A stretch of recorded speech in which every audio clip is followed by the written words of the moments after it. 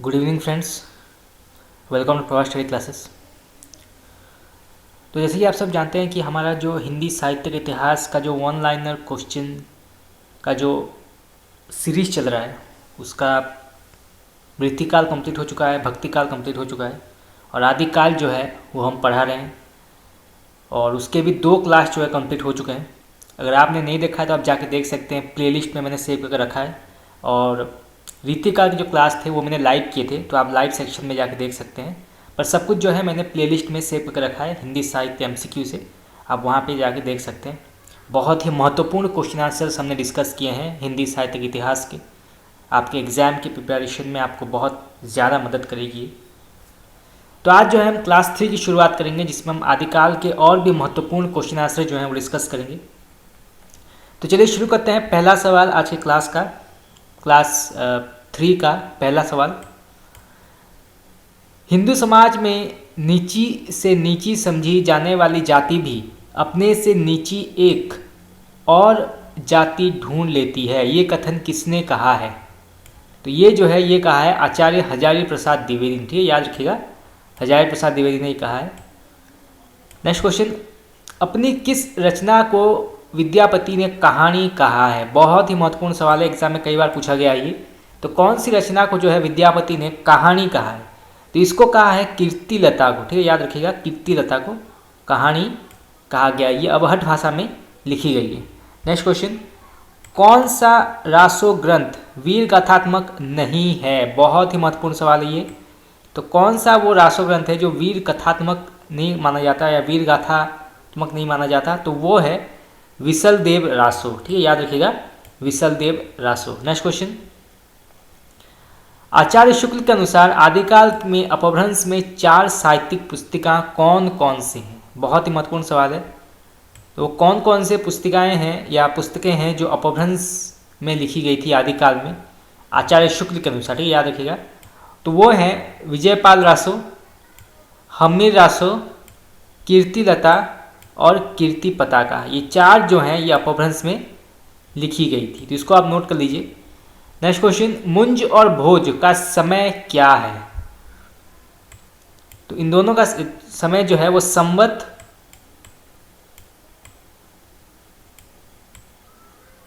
1050 हम मान सकते हैं। ठीक है, तो इसको भी आप नोट कर लीजिएगा। नेक्स्ट क्वेश्चन, महाराज भोज के समय से लेकर हम्मीर देव के समय तक की अवधि को आदिकाल माना है किसने? तो महाराज भोज के समय से लेकर हम्मीर देव के समय तक आदिकाल किसने माना है? तो ये माना है आचार्य शुक्ल ने। ठीक है, याद रखिएगा, शुक्ल जी ने माना है। नेक्स्ट क्वेश्चन, अपभ्रंश या प्राकृत भाषा हिंदी में रचना होने का कब से पता चलता है? तो अपभ्रंश या फिर जिसे प्राकृताभास हिंदी कहते हैं, इसमें रचनाएं किस शताब्दी में गढ़ी गई, ये कब पता चलता है? तो ये पता चलता है विक्रम की 7वीं शताब्दी में। ठीक है, याद रखिएगा, 7वीं शताब्दी में पता चलता है। चलिए नेक्स्ट क्वेश्चन, बौद्ध गान और दोहा किनकी रचनाओं का संग्रह है? बहुत ही महत्वपूर्ण सवाल है, कई बार एग्जाम में पूछा गया है। तो बौद्ध गान और दोहा जो है ये सिद्धों की भाषा मानी गई है। ठीक है, सिद्धों की भाषा मानी गई है। सिद्धों का आविर्भाव जो है वो बौद्ध धर्म से हुआ था, तो इसको भी जो है आप नोट करके रखिएगा। नेक्स्ट क्वेश्चन, कर्पूर मंजरी के रचयिता कौन है? तो कर्पूर मंजरी के रचयिता हैं राजशेखर। ठीक है, याद रखिएगा, राजशेखर। नेक्स्ट क्वेश्चन, गुह्य समाज या श्री समाज का निर्माण हुआ था कौन सी शाखा से? तो श्री समाज का निर्माण हुआ था वज्रयान से। ठीक है, याद रखिएगा, वज्रयान से हुआ था। नेक्स्ट क्वेश्चन, बौद्ध शास्त्र में कितने प्रतिबंध या विकार माने गए हैं? तो कितने प्रकार के विकार माने गए हैं बौद्ध शास्त्र में, इसको भी याद कर लीजिए। तो कुल मिलाकर 5, याद रखिएगा, 5 विकार माने गए हैं। कौन कौन से हैं वो? पहला आता है आलस्य, जिसे हमेशा दूर रखना चाहिए, हिंसा, काम, चिकित्सा और मोह। ये 5 जो हैं विकार दूर रखने चाहिए बौद्ध शास्त्र के हिसाब से। नेक्स्ट क्वेश्चन, युग नग्न की भावना पाई जाती है किसमें?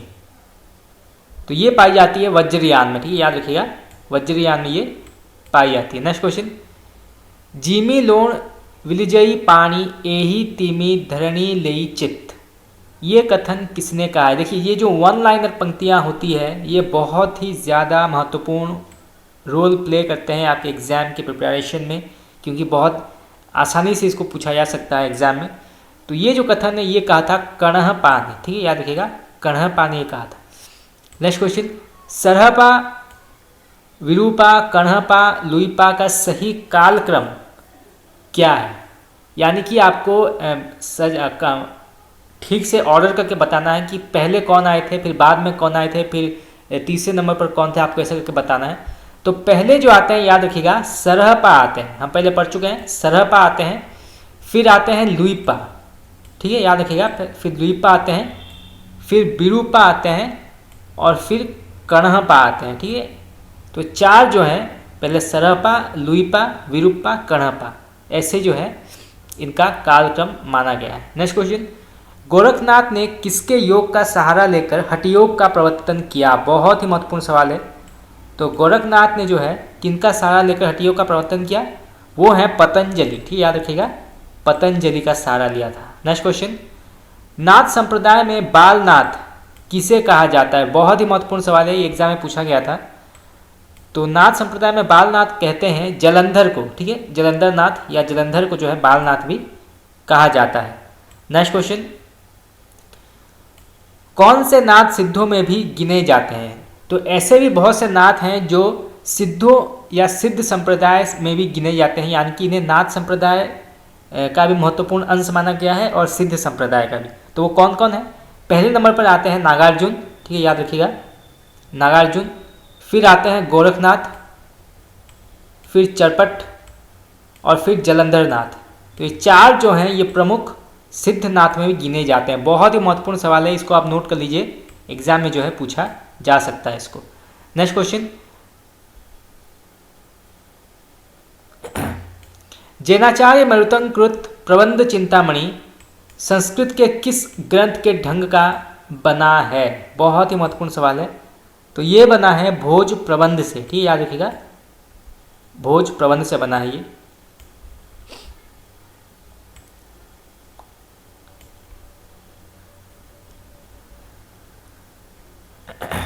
नेक्स्ट क्वेश्चन, अपभ्रंश की रचनाओं की परंपरा का अंत आचार्य शुक्ल किस ग्रंथ से मानते हैं? बहुत ही महत्वपूर्ण सवाल है, फिर से पढ़ते हैं कि अपभ्रंश की रचनाओं की परंपरा का अंत जो है आचार्य शुक्ल किस ग्रंथ से मानते हैं, यानी कि आखिरी ग्रंथ कौन सा रचा गया था अपभ्रंश की रचनाओं की परंपराओं में? तो वो है हम्मीर रासो, ठीक है, याद रखिएगा, हम्मीर रासो। नेक्स्ट क्वेश्चन, वैष्णव मतावलंबी साहित्य कब मिलता है? तो वैष्णव मतावलंबी साहित्य जो है कब मिलता है, किस काल में? आदि काल में बहुत कम मिलता है आदि काल में वैष्णव साहित्य, ठीक है, तो इसको भी आप नोट कर लीजिए, बहुत ही महत्वपूर्ण सवाल है। नेक्स्ट क्वेश्चन, 64 महापुरुषों की कथा किस रचना से लिखी गई है?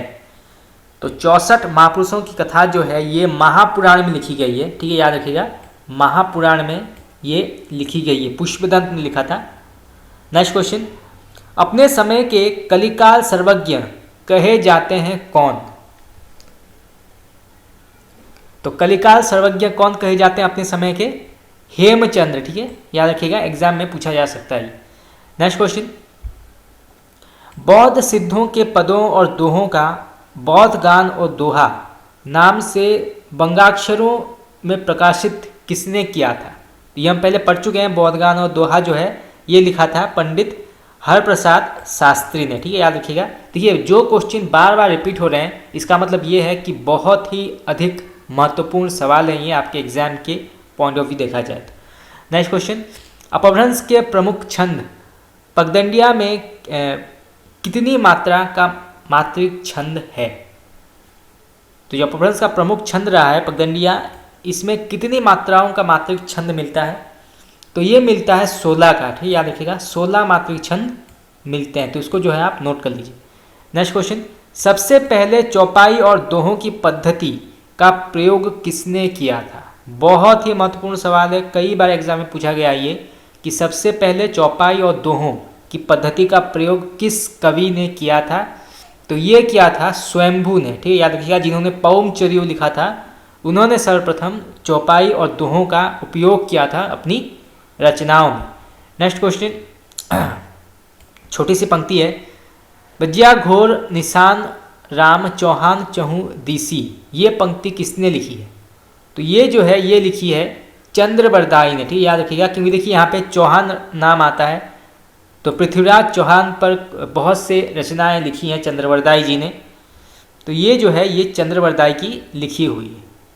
नेक्स्ट क्वेश्चन, नाथ संप्रदाय ग्रंथ के रचयिता कौन है, बहुत ही महत्वपूर्ण सवाल है।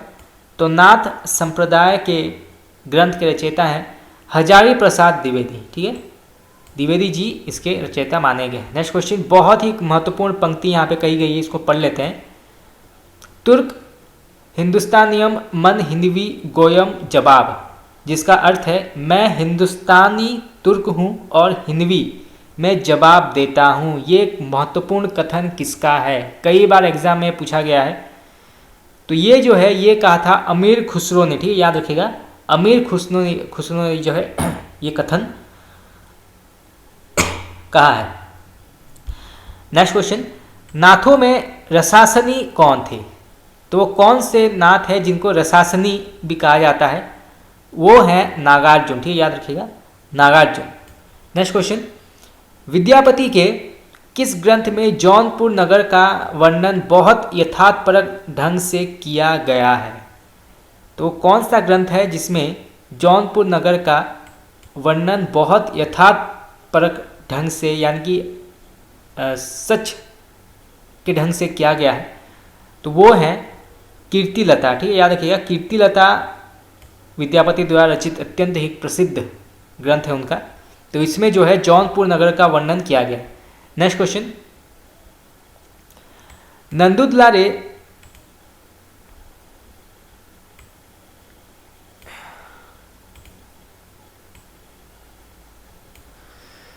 नंदुदलारे वाजपेयी ने रासों की उत्पत्ति किस शब्द से मानी है, बहुत ही महत्वपूर्ण सवाल है।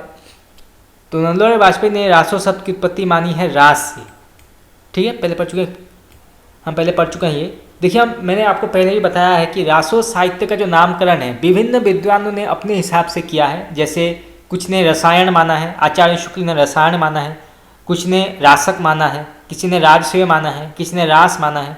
तो विभिन्न प्रकार के विद्वानों ने अपने हिसाब से इसका नामकरण किया है। नेक्स्ट क्वेश्चन, गारसाद तासी ने रासों की उत्पत्ति किससे मानी है। तो गारसाद तासी ने इसकी उत्पत्ति मानी है रासों की राजसूय से, ठीक, याद रखिएगा, राजसूय से। नेक्स्ट क्वेश्चन, नरोत्तम स्वामी ने रासों की उत्पत्ति किससे मानी। तो नरोत्तम स्वामी ने रासों की उत्पत्ति मानी है रासक से, ठीक, याद रखिएगा। रासो साहित्य की उत्पत्ति मानी है रासक से नरोत्तम स्वामी ने। नेक्स्ट क्वेश्चन, कविराज श्यामल दास तथा काशी प्रसाद जायसवाल ने रासों की उत्पत्ति किससे मानी है, ठीक है। इन दोनों का एक ही मत रहा है, इन दोनों विद्वानों का।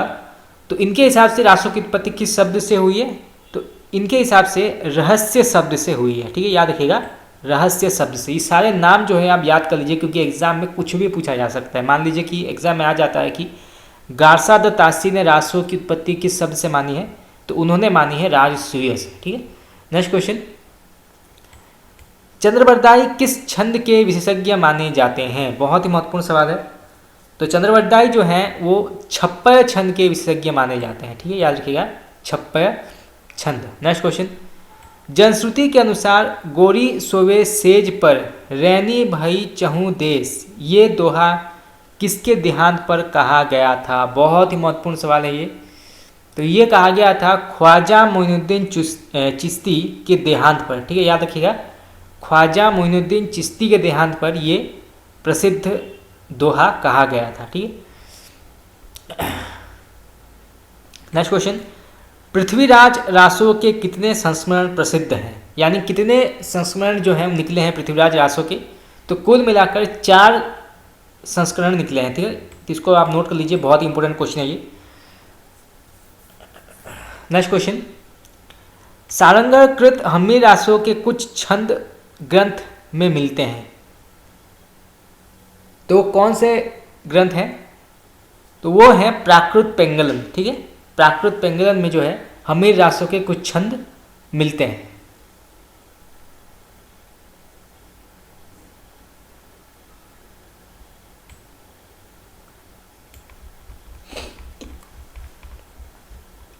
चलिए आगे बढ़ते हैं। पृथ्वीराज रासों का सबसे बड़ा संस्मरण जो है कहाँ पर निकला था? तो पृथ्वीराज रासों का सबसे बड़ा संस्मरण जो है निकला था नागरी प्रचारिणी सभा, या जिसे हम काशी नागरी प्रचारिणी सभा कहते हैं, प्रकाशित संस्मरण से। और इसका जो टोटल छंद की संख्या है वो है 16,306 छंद, टोटल 16306 छंद और 69 समय। ठीक है, याद रखिएगा 69 समय। तो इसको जो है आप नोट कर लीजिए, बहुत ही महत्वपूर्ण सवाल है, एग्जाम में पूछा जा सकता है। चलिए नेक्स्ट क्वेश्चन। हरिप्रसाद शास्त्री ने रासों की उत्पत्ति किससे मानी है? तो हरिप्रसाद शास्त्री ने रासों की उत्पत्ति मानी है राजयश से। ये याद रखिएगा, ये राजयश से। Next question. Doctor Dasharath Sharma ने पृथ्वीराज रासों के किस संस्मरण को मूल रासों माना है? बहुत ही महत्वपूर्ण सवाल है, फिर से पढ़ते हैं कि डॉक्टर दशरथ शर्मा ने पृथ्वीराज रासों के किस संस्मरण को मूल रासों माना है? तो उन्होंने जो है चौथा संस्करण को जो है मूल रासों माना है, जिसमें 1300 छंद है। ठीक है, याद रखिएगा 1300 छंद है। चलिए नेक्स्ट क्वेश्चन। 12वीं शताब्दी में ज्योतिषोर ठाकुर द्वारा रचित ग्रंथ वर्ण रत्नाकर मूलतः किस उद्देश्य के लिए लिखा गया था? बहुत ही महत्वपूर्ण सवाल है, फिर से पढ़ते हैं क्वेश्चन कि 12वीं शताब्दी में ज्योतिषोर ठाकुर द्वारा रचित ग्रंथ वर्ण रत्नाकर मूलतः किस उद्देश्य के लिए लिखा गया था? तो ये लिखा गया था, याद रखिएगा, राजकुमारों को स्थानीयता का ज्ञान कराने के लिए। ठीक है, जो राजकुमार थे उनको स्थानीयता का ज्ञान दिलाने के लिए वर्ण रत्नाकर की रचना की गई थी। Next question. किस ग्रंथ से बनारस और आसपास के प्रदेश संस्कृति और भाषा आदि पर अच्छा प्रकाश पड़ता है और उस युग के काव्य रूप के संबंध में भी थोड़ी बहुत जानकारी प्राप्त होती है? तो वो ग्रंथ है उक्ति व्युक्ति प्रकरण। ठीक है, याद रखिएगा उक्ति व्युक्ति प्रकरण, जो दामोदर शर्मा ने लिखी है। ठीक है, तो इसको आप नोट कर लीजिए, एग्जाम में पूछा जा सकता है, या इसका आप स्क्रीनशॉट ले जाइए, बहुत ही बड़ा क्वेश्चन है और एग्जाम में भी जो है पूछा जा सकता है। ये एक ऐसा ग्रंथ है जिसमें बनारस और आसपास के प्रदेश में संस्कृति और भाषा आदि के बारे में सीखने के लिए ये ग्रंथ लिखा गया था। ठीक है, उक्ति व्यक्ति प्रकरण। Next question. ढोला मावरा दोहा के रचनाकार कौन है? ये हम कई बार पढ़ चुके हैं। तो ढोला मावरा दोहा के रचनाकार है कवि कल्लोल। ठीक है, याद रखिएगा कवि कल्लोल, या फिर सिर्फ जो है आप कल्लोल शब्द याद रखिएगा। Next question. हिदायत नामा के लेखक कौन है? तो हिदायत नामा के लेखक हैं ख्वाजा बंदा नवाज। ठीक है, याद रखिएगा Khwaja Banda Nawaz. Next question. Doctor Buhler ने किस कृति के आधार पर पृथ्वीराज रासों की अप्रामाणिकता सिद्ध की थी? ये कई बार हम पढ़ चुके हैं, फिर से क्वेश्चन आया है, परंतु महत्वपूर्ण क्वेश्चन है इसलिए बार बार पूछा जा रहा है। तो डॉक्टर बुलर नाम के एक वैज्ञानिक विद्वान थे जिन्होंने ये माना था कि पृथ्वीराज रासों जो है वो अप्रामाणिक है। तो वो किस ग्रंथ की वजह से उन्होंने ऐसा कहा था? तो उन्होंने कहा था एक कवि जायनक थे, उनकी रचित पृथ्वीराज विजय की वजह से। ठीक है, याद रखिएगा कवि जायनक रचित पृथ्वीराज विजय की वजह से पृथ्वीराज रासों अप्रामाणिक सिद्ध हुई थी डॉक्टर बुलर के हिसाब से। चलिए नेक्स्ट क्वेश्चन। वसंत विलास क्या है? सीधा सवाल पूछा गया है, वसंत विलास आखिर क्या है, किस प्रकार की रचना है? तो ये जो है ये 84 दोहों में रचित एक श्रृंगारिक काव्य, जिसमें बसंत और स्त्रियों पर उसके विलासपूर्ण प्रभाव का मनोहारी चित्रण है। बहुत ही महत्वपूर्ण एक्सप्लेनेशन है ये। ठीक है, तो वसंत विलास जो है इसमें बसंत ऋतु और स्त्रियों पर विलासपूर्ण महत्वपूर्ण प्रभाव का मनोहारी चित्रण इसमें किया गया है, ठीक है, वसंत विलास में। तो इसको जो है आप नोट कर लीजिए।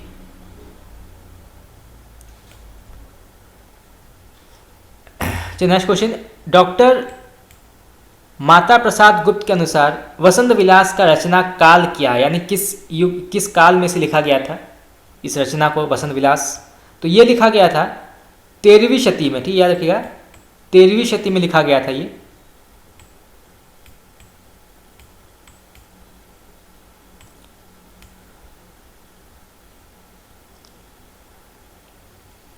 चलिए नेक्स्ट क्वेश्चन,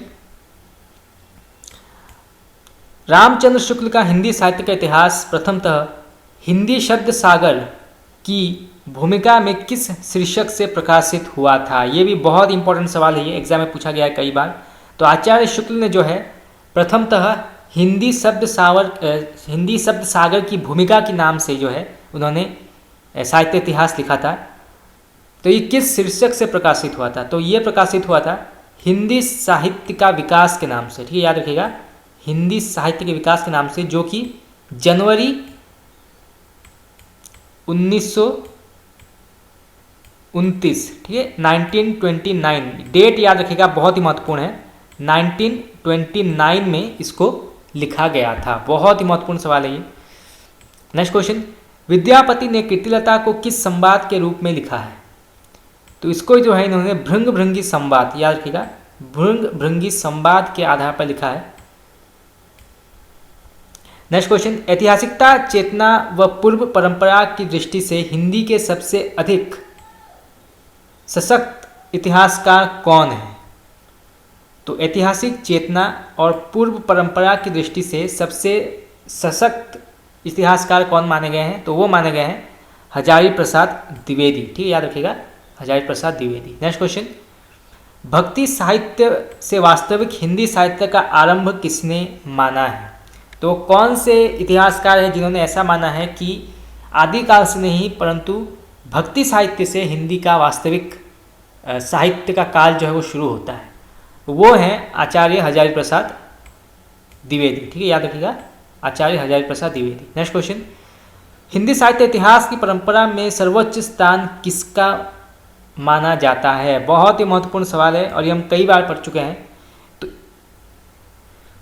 तो ये है आचार्य शुक्ल, ठीक है, आचार्य शुक्ल। इसीलिए जो है हम इनके कथनों को, जिनके जो कथन हैं या इनके जो नामकरण काल विभाजन है, इसको हम ध्यान से देखते हैं, क्योंकि हिंदी के साहित्य के इतिहास में जो है इनके परंपरा, इन्होंने जिस हिसाब से लिखा है या इन्होंने जिसके हिसाब से सोचा है वो बहुत ही महत्वपूर्ण है और वैज्ञानिकता की दृष्टि से इसको सही और प्रामाणिक ठहराया गया है। तो इसलिए जो है बहुत ही महत्वपूर्ण यहाँ से क्वेश्चन आ सकता है।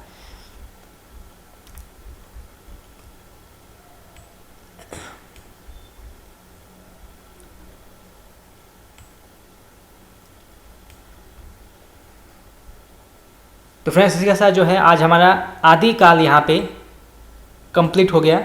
हमारे आदिकाल के जो महत्वपूर्ण वन लाइनर क्वेश्चंस थे वो इसी के साथ जो है हमारा यहाँ पे कंप्लीट हो चुका है।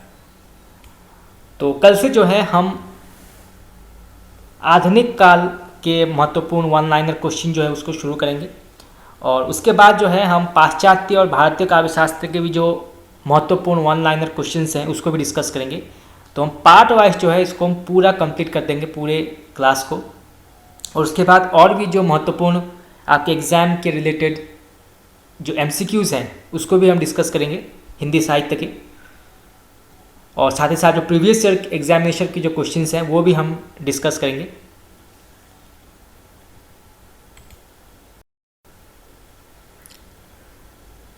तो फ्रेंड्स, आज के इतना ही। आप लोगों को कैसा लगा क्लास आप मुझे बता सकते हैं कमेंट करके। Thank you very much.